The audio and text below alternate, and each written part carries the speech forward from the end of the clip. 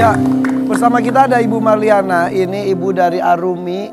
Ibu turut prihatin ya. Iya. Ini saya sedang melihat foto kronologis dari mulai tanggal 13 April. Ya, yang saat tangannya tuh masih utuh ya. Ya diinfus karena cuma demam dan muntah. Demam dan muntah. Tidak mau ngedot, takutnya dehidrasi ya kan. Jadi Makanya saya bawa. diinfus. Iya, saya bawa ke puskesmas. Terus tiba-tiba maaf ya, saya melihat saya tidak bisa memperlihatkan pada pemirsa di rumah. Iya. Sebetulnya Aruminya juga di sini tapi mohon maaf tidak bisa masuk karena kondisinya maaf ya Bu, kalau saya bisa ceritakan dari hari ke hari makin membusuk. Iya. Dan organnya juga tampak sudah demam hitam, nggak bisa diselamatkan yang telapak tangan. Dan akhirnya langkah terakhir dianggap terbaik adalah terpaksa. Iya. Yang amputasinya sampai Ini. Karena demi menyelamatkan nyawanya Arumi. bisa sampai seperti itu tuh apa menurut Ibu dan penjelasan kesalahannya di titik mana?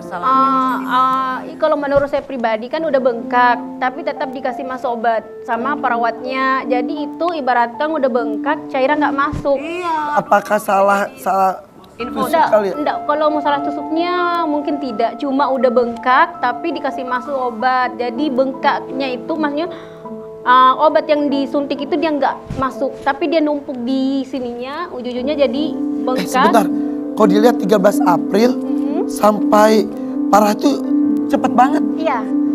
27 April. Tanggal 13 bengkak, tanggal 16 operasi darurat udah nggak ada aliran darah di sini. Bu ini tidak sampai 1 bulan Bu. Iya. Makanya. Maaf, ini waktu diinfus saat pertama sampai akhirnya memutuskan untuk diamputasi, akhirnya pindah ke rumah sakit yang berbeda ya.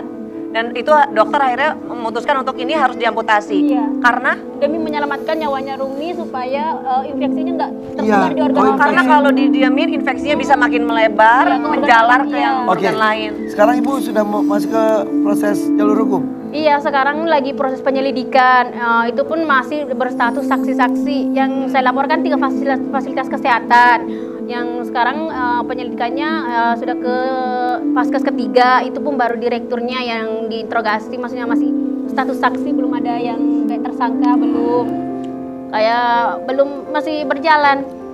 Lihat ini beneran deh, tanggal 13 April. Iya. Amputasi endingnya di tanggal tuh.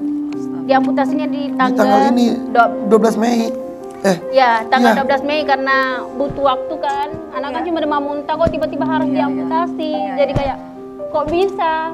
Itu tapi maaf ya Bu, kan itu saat diinfus akhirnya bengkak, Ibu kan juga kebetulan tenaga medis.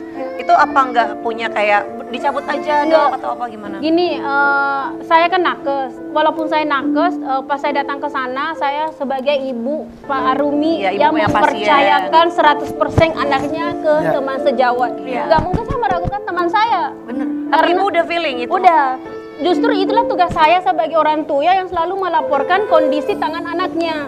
Tapi yang ada saya dapat malah mereka menganggap cuma peradangan tanpa memeriksa. Jadi foto-foto ini dilaporkan ke mereka juga sebetulnya? Saya laporkan ke dokternya, ke perawatnya. Bahkan saya bilang pas di Vaskes ketiga RSUD Binma saya ngomong jari-jari tangan anak saya udah nggak gerak dok. Tapi dokternya bilang nggak apa-apa itu cuma peradangan bu, bakalan kempes sendiri katanya. Oke ya mudah-mudahan ada solusi terbaiknya nanti, dan ini kan tidak bisa dibiarkan ya.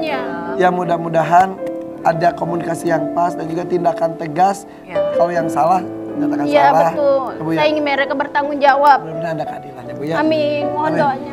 Udah kita doakan yang terbaik. Iya, amin. Ibu mohon maaf ngobrolnya tidak bisa panjang, tapi doa kami selalu panjatkan mudah-mudahan terbaik buat Ibu dan Arumi ya. Oke, kita pamit. Doakan juga anniversary saya. Mudah-mudahan lancar. Dadah. Pak. Kalau Bu